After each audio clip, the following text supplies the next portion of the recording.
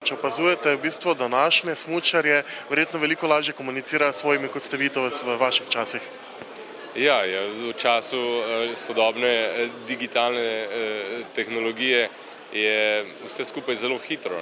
Zelo hitro pridemo do informacij, katerih želimo, in mislim, da tudi športu to zelo pomaga, predvsem kar se obveščenosti tiče, kar se tiče samih posnetkov, vse je arhivirano, vse je beleženo in to nam pomaga. Poleg tega pa tudi smučarji, oziroma če zdaj konkretno smučar športniki, veliko uporabljajo družbeno-socialna omrežja, kjer lahko na zelo učinkovit in hiter način karkoli sporočijo svojim navijačem ali pa širši javnosti. Ali menite, da na nek način to ne škodi športu? Kako je kaj z spremembami samih gledalcev? Še hodijo tako množično na tekme ali danes dobijo v bistvu prek televizije, interneta dovolj informacij in jim ni treba več zmrzovati na mrazu? Ne, v bistvu obisk tekmovanj še vedno raste. Mislim, da kljub vsemu je obisk tekmovanja v živo nekaj posebnega, neko posebno doživetje. In če pogledamo zdaj v alpskem smučanju, te najuspešnejša prizorišča so v bistvu razprodana že vnaprej. Če govorimo recimo o Kitzbühelu, Wengnu, Adelbodnu, Schladmingu, so to tekmovanja, ki enostavno privabljajo še vedno ogromne množice ljudi. Svoj čas je velike množice ljudi privabljala tudi Zlata lisica. Letos nam je malce zagodlo vreme. Žal mi je, da se je to zgodilo, da so tekmovanja odpadla.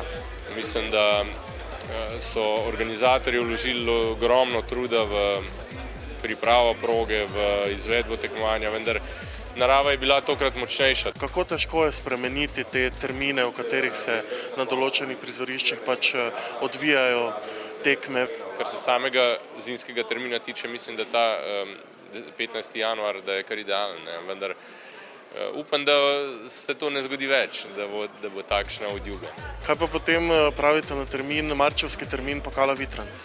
No, ta termin je po drugi strani pa manj ugoden z vidika same zanimivosti tekmovanja, takrat se le vse skupaj končuje. Jasno, idealni termini so v januarju, še nekaj februarja, vendar marec je pa že kar pozno. Mislim, da bi bilo za Kranjsko goro lahko bolje, če bi bilo prej. Se lahko tudi v Kranjski gori zgodi kaj podobnega kot v Mariboru?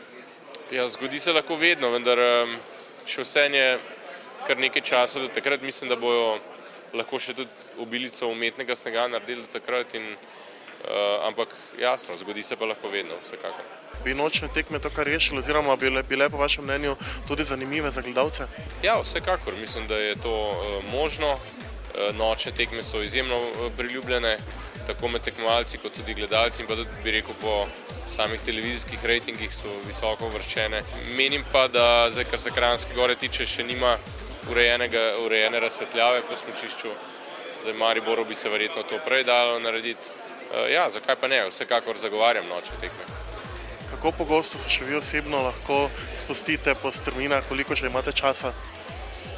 Ja, v bistvu se kar nekaj še, ampak večinoma so to neke promocijske aktivnosti, redko kdaj pa tako, da grem res čist sam zase smučati, in takrat je pa najlepše.